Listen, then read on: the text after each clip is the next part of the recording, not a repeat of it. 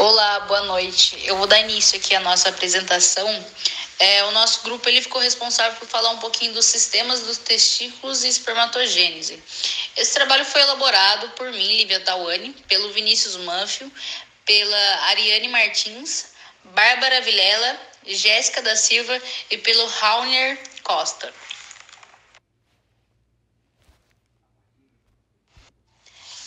Quais são os tópicos que a gente vai utilizar para estar apresentando esse trabalho, né? A gente vai falar um pouquinho dos testículos. O que são os testículos? A gente vai falar da sua parte anatômica, quanto fisiológica, histológica e alguns problemas que ele pode causar à saúde, né? Aí depois a gente vai abordar um pouquinho da espermatogênese. A gente vai falar também o que é espermatogênese. A gente vai falar quais suas etapas. A gente vai falar também um pouquinho da espermiogênese, como funciona. E depois a gente vai falar também da parte anatômica da espermatogênese. Parte anatômica, fisiológica, tanto histológica. E a gente também vai falar alguns problemas que isso pode causar à saúde. E no final a gente vai estar mostrando as nossas referências que a gente utilizou para estar elaborando esse trabalho. Os testículos. O que são os testículos, né? Eles são responsáveis por gerar as células sexuais masculinas, gerar os gametas masculinos, introduzi-los, esses gametas, ao feminino. A gente também pode ver a função dele, que é produzir hormônios testosteronas. A parte anatômica dos testículos. Eles são localizados numa região anterior do períneo, que é atrás do pênis. A gente pode analisar que são órgãos pares de uma forma meio arredondada. Os testículos em si, eles são localizados num lugar chamado escroto, que é meio que uma bolsa externa ali, né? Os testículos, eles possuem os túbulos seminíferos, que são responsáveis por produzir a espermatogênese. Eles podem preencher a maior parte do testículo, em torno de 90% mais ou menos. E um pouquinho mais externo a gente pode encontrar o tecido intersticial. O que seria esse tecido? Seria uma rede fina do tecido conjuntivo que contém as células de Leydig. O que são essas células? São as células responsáveis por produzir os hormônios das testosteronas. Os testículos são gonada sexual, ou seja, as glândulas masculinas que produzem os espermatozoides e os hormônios sexuais masculinos, principalmente a testosterona, que é o hormônio responsável por regular a fertilidade, a massa muscular, a distribuição de gordura e até mesmo a produção de glóbulos vermelhos. Ele, durante a vida embrionária, se forma dentro do abdômen retroperitoneamente. E antes do nascimento, ele desce tracionado por um tecido fibroso e se aloja no testículo. Existem algumas crianças que não há descida do testículo para a bolsa escrotal, e para essa situação, damos o nome de criptorquídea. Os testículos são envolvidos por uma cápsula de tecido conjuntivo denso, denominada de túnica albúgena. Na região dorsal, essa túnica apresenta-se mais espessada e forma o mediastino, de onde partem septos fibrosos que dividem o testículo em vários compartilhamentos, chamados de lóbulo do testículo. No interior desses lóbulos estão os túbulos seminíferos, que são responsáveis pela produção de espermatozoide. Podem também ser encontrados até 4 túbulos seminíferos, que ficam dispostos como nódulos de tecido conjuntivo frouxo. Nesse tecido conjuntivo são encontrados vasos sanguíneos e linfáticos, nervos e células que também são responsáveis por secretar testosterona. Os testículos são envolvidos por uma cápsula de tecido conjuntivo denso, denominada de túnica albúgena. Na região dorsal, essa túnica apresenta-se mais espessada e forma o mediastino, de onde partem septos fibrosos que dividem o testículo em vários compartilhamentos, chamados de lóbulo do testículo. No interior desses lóbulos estão os túbulos seminíferos, que são responsáveis pela produção de espermatozoide. Podem também ser encontrados até 4 túbulos seminíferos, que ficam dispostos como nódulos de tecido conjuntivo frouxo. Nesse tecido conjuntivo são encontrados vasos sanguíneos e linfáticos, nervos e células que também são responsáveis por secretar testosterona. Olá, boa noite. Eu sou o Vinícius e eu vou falar um pouquinho sobre os problemas de saúde que pode acometer os testículos. São 4 que são os principais, sendo a orquite, a epididimite, a hidrocele e a varicocele. A orquite nada mais é do que uma inflamação nos testículos que é provocada por bactérias ou vírus. E elas são infecções sexualmente transmitíveis, ou seja, pode ser passada no ato sexual. Então, para prevenir, é muito importante o uso de camisinhas. Em casos extremos, como é uma inflamação, às vezes pode ser necessário realizar cirurgias ou fazer, então, a drenagem da bolsa escrotal para retirada do pus, Ou, então, em um caso extremamente mais grave, pode ser necessário até fazer a retirada dos testículos. A epididimite é uma inflamação do órgão que fica por cima e por trás do testículo, que é o epidídimo. É muito comum encontrar a orquipedidimite, que é a inflamação dos dois órgãos simultaneamente, tanto a orquite e a epididimite. E a única diferença entre elas é que a epididimite acompanha febre alta junto com dor e aumento do testículo, enquanto a orquite pode somente dar uma febre ou não. Já a higroscele nada mais é do que um acúmulo excessivo de líquido seroso, como se fosse um sorinho, entre a membrana que envolve o testículo. Dá uma sensação de peso e desconforto para o homem, O tratamento ele não é medicamentoso, é um tratamento cirúrgico ou pode ser realizado uma técnica de aspiração com agulha. Já a varicocele são as varizes ou veias dilatadas dentro da bolsa escrotal, ou seja, elas vão ficar com volume aumentado, gerando uma dor no testículo do homem. Normalmente no lado esquerdo, porque o lado esquerdo é diferente. As veias do lado do testículo esquerdo são diferentes e é um sinal positivo de varicocele. E também é muito importante ressaltar que grande parte dos homens que estão inférteis, eles têm varicocele. Entretanto, isso não significa que os homens que têm varicocele vão ser inférteis, sabe? Olá pessoal, agora eu vou falar um pouco sobre a introdução da espermatogênese. Ela vai compreender num processo pelo qual a espermatogônia ela vai ser transformada em espermatozoide. Esse processo da espermatogênese ele vai ser contínuo, ele não vai seguir nenhum tipo de ciclo diferenciado, específico, e ele vai continuar naquela mesma linhagem até os últimos dias de vida do homem, Então, no caso, até a velhice dele.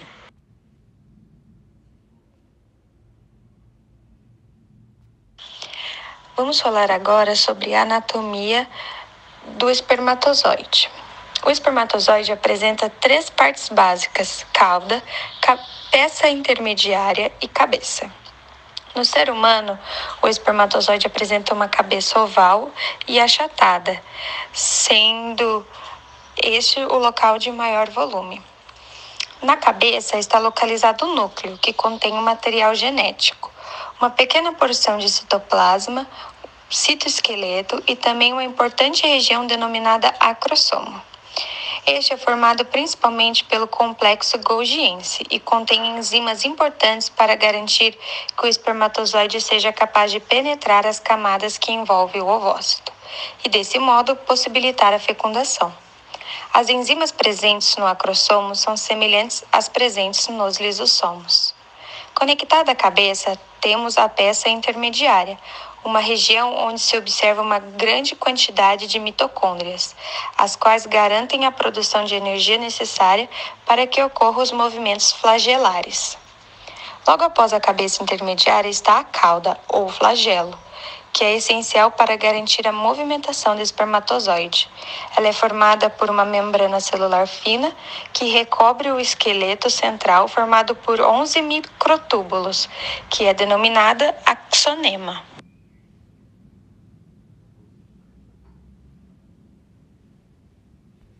A espermatogênese, processo de formação dos espermatozoides, ocorre em 3 etapas principais: o período de multiplicação, o período de crescimento e o período de maturação.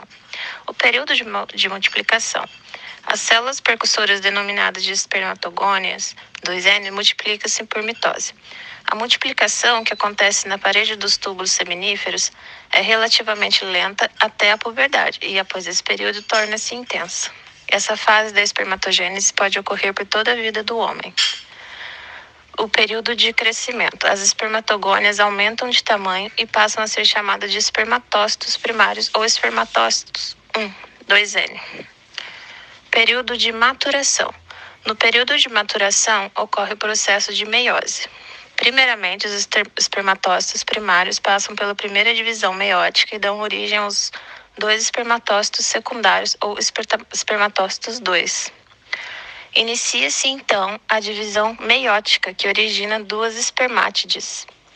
Após o fim do processo de divisão celular, as espermátides iniciam um processo denominado de espermiogênese, em que ocorre a transformação dessas células em espermatozoides. Nessa importante etapa, a espermátide alonga-se, seu núcleo migra para a região mais extrema da célula e formam seu acromossomo e a cauda. O acromossomo tem papel primordial na fecundação, uma vez que libera substâncias necessárias à penetração no ovócito secundário. A cauda, por sua vez, é fundamental para a locomoção desse gameta. Oi, pessoal, agora eu vou falar um pouco sobre a parte histológica e nós vamos apresentar algumas imagens, do testículo de rato em lâminas. Então, na primeira imagem, a gente observa a albugínia testicular, que ela vai estar localizada na região periférica do corte histológico e que vai ser revestido de tecido conjuntivo denso e modelado. A seguir, no interior, vamos encontrar o tecido conjuntivo frouxo, que vai ser altamente vascularizado e onde vai estar localizada a célula de Leydig, não sei se é assim que se fala, sendo sua função, a produção, então, aí de testosterona. A seguir, a gente observa que o túbulo seminífero ele vai ser constituído por uma lâmina basal. Em contato com ele, teremos 2 células, as espermatogônias e as células de Sertoli, as quais elas vão promover barreiras protetoras para o gameta masculino à frente de reações de autoimune, sendo também vai ser responsável pelo processo de nutrição e de suporte dos gametas. A seguir, a gente vai ter algumas outras imagens, que é o epidídimo, e ali naquela imagem a gente observa a célula basal, a célula cilíndrica, no centro ali os espermatozoides, mais abaixo dos círculos as estereocílios, e mais embaixo ali o tecido conjuntivo e muscular liso. Mais adiante na outra imagem, nós temos o ducto deferente, que demonstra ali na seta a mucosa, a camada longitudinal do músculo liso e a camada circular de músculo liso. Na outra imagem, a gente observa a vesícula seminal, o qual temos ali discriminado o epitélio, o músculo liso e a lâmina própria. Vamos falar agora sobre problemas à saúde. Muitos fatores podem influenciar, por exemplo, a fertilidade masculina. Entre eles estão as condições médicas, como denominada oligospermia. A condição diz respeito à redução do número de espermatozoide presente no ejaculado masculino, ou seja, se refere à pouca quantidade de esperma no sêmen. É importante ressaltar que os espermatozoides e o líquido seminal não são produzidos na mesma parte do corpo humano. Enquanto os espermas são produzidos no testículo, o sêmen é produzido na próstata e nas vesículas seminais. Os espermatozoides e o líquido seminal se misturam na uretra prostática e assim compõem o ejaculado. Devido a isso, a quantidade de líquido ejaculado pode ser normal, enquanto a quantidade de gametas pode estar alterada. De acordo com a Organização Mundial da Saúde, se houver uma concentração abaixo de 15 milhões por ml e um número menor de 39 milhões de espermatozoides no ejaculado, o diagnóstico de oligospermia é constatado. A oligospermia grave, por sua vez, ocorre quando a concentração de esperma no fluido é inferior a 5 milhões por ml. Nesses casos, o homem e sua parceira que queiram engravidar será recomendado a técnica de reprodução assistida. O diagnóstico da oligospermia só pode ser feito através do espermograma, também conhecido como análise seminal. Caso o espermograma revele a ausência de espermatozoide no ejaculado, não se trata de uma oligospermia, mas sim de uma condição denominada azospermia. Como vários fatores podem contribuir para o surgimento, é natural que existam diferentes tratamentos que variam de acordo com as causas da condição. Mudanças de hábito pode ser capaz de corrigir, principalmente nos casos decorrentes de má alimentação e de estresse no cotidiano. No caso de oligospermia causada por inflamação bacteriana, o uso de antibiótico pode auxiliar na repercussão do paciente. Outros tratamentos medicamentosos também podem surtir efeito, principalmente em casos de problemas hormonais ou cirúrgicos. Infelizmente, muitas vezes os tratamentos podem não ser identificados ou não serem efetivos, tanto nos casos graves quanto nos leves. Neste caso, o homem e sua parceira que desejam ter filhos são indicadas as técnicas de reprodução assistida, como a fertilização in vitro e a inseminação intrauterina.